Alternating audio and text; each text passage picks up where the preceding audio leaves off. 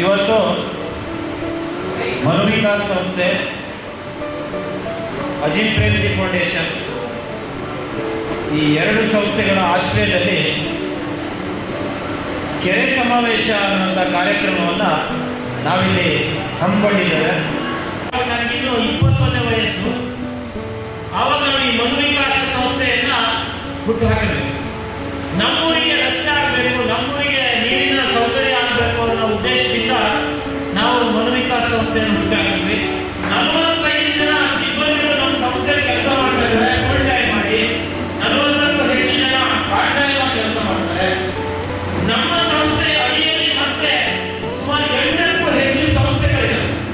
ರೈತರದೇ ಆದಂತಹ ಕೋಆಪರೇಟಿವ್ ಸೊಸೈಟಿಗಳಿದ್ದಾವೆ, ರೈತರದೇ ಆದಂತಹ ಪ್ರೊಡ್ಯೂಸರ್ ಕಂಪನಿಗಳಿದ್ದಾವೆ. ಉತ್ತರ ಕನ್ನಡ ಮತ್ತೆ ಧಾರವಾಡ ಜಿಲ್ಲೆಗಳಲ್ಲಿ ಈವರೆಗೆ 290ಕ್ಕೂ ಹೆಚ್ಚು ದೊಡ್ಡ ಕೆರೆಗಳನ್ನು ನಾವು ನಿರ್ಮಾಣ ಮಾಡಿದ್ದೇವೆ. ಇವತ್ತು ಸಿರ್ಸಿ, ಸಿದ್ದಾಪುರ, ಯಲ್ಲಾಪುರ ಭಾಗದಲ್ಲಿ ನೀವು ನೋಡ್ತೀರಿ, ಅಲ್ಲಿ ಕೆರೆಗಳಿಲ್ಲ. ಹಾಗಂತ 3000 ಮಿಲಿಮೀಟರ್ ಅಷ್ಟು ಮಳೆ ಬೀಳ್ತದೆ, ಅಲ್ಲಿ ಸಾಕಷ್ಟು ಮಳೆಗಳು ಬೀಳ್ತದೆ. ಆದರೂ ಕೂಡ ಏಪ್ರಿಲ್ ಮೇನಲ್ಲಿ ಅಲ್ಲಿ ನೀರಿನ ಸಮಸ್ಯೆಗಳು ಬರ್ತದೆ. ಅದನ್ನು ಹೋಗಲಾಡಿಸಲಿಕ್ಕೋಸ್ಕರ ನಾವು 4000 ಕೃಷಿ ಹೊಂಡಗಳನ್ನು ನಿರ್ಮಾಣ ಮಾಡಿದ್ದೇವೆ.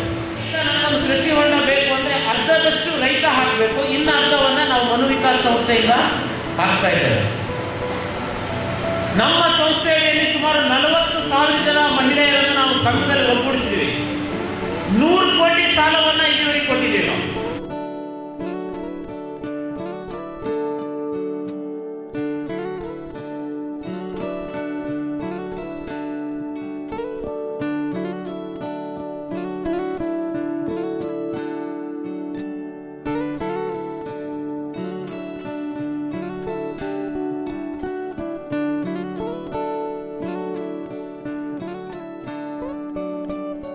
ಗಾಡಿ ಬೆಳಿಬೇಕಪ್ಪ ಅಂದ್ರೆ ನೀವು ಮುಂದೆ ನಿಂತು ಕೆಲಸ ಮಾಡಬೇಕು.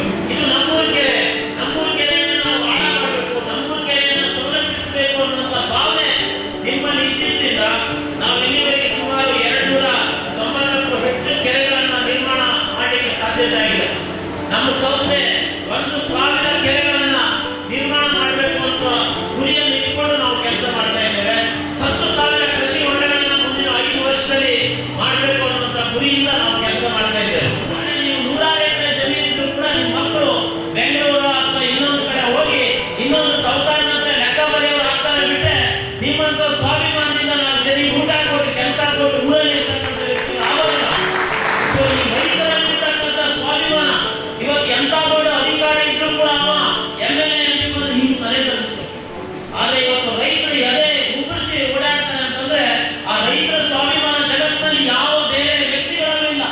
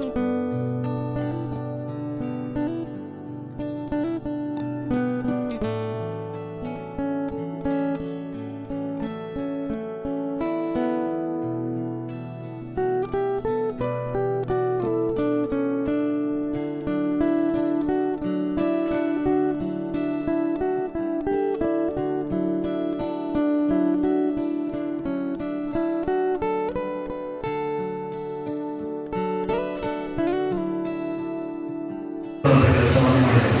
ಆ ಊರಿನಿಂದ ಬರೆದು ನೀರು ಆ ಊರಿನ ಏರಿಯಾದ ಹಾಕಿ ಬರೆದು ಹೋಗಲಿಕ್ಕೆ ಹೊಟ್ಟೆ ಬಿಡೋದಿಲ್ಲ. ಮುಂದಿನ ದಿನಗಳಲ್ಲಿ ಪ್ರತಿಯೊಬ್ಬ ರೈತ ಸಂಘಟನೆಯ ನಾಯಕರು ಕೂಡ ಗಣಪತಿ ಭಟ್ರ ಬೆಂಬಲಕ್ಕೆ ನಿಲ್ಲಬೇಕು. ಅವರ ಸೇವೆಯನ್ನು ನಮ್ಮ ರೈತರಿಗೆ, ನಮ್ಮ ಸಮಾಜಕ್ಕೆ, ನಮ್ಮ ಪರಿಸರಕ್ಕೆ ಕೊಡಿಸುವಂಥ ಕೆಲಸವನ್ನು ನಾವು ನೀವೆಲ್ಲ ಸೇರಿ ಮಾಡೋಣ ಅಂತೇಳಿ ನನಗೆ ಅವಕಾಶ ಕೊಟ್ಟಿರ್ತಕ್ಕಂಥ ಎಲ್ಲರಿಗೂ ಹೋಲಿಸಿ ನನ್ನ ಮಾತನ್ನು ಮುಗಿಸ್ತೇನೆ. ನಮಸ್ಕಾರ.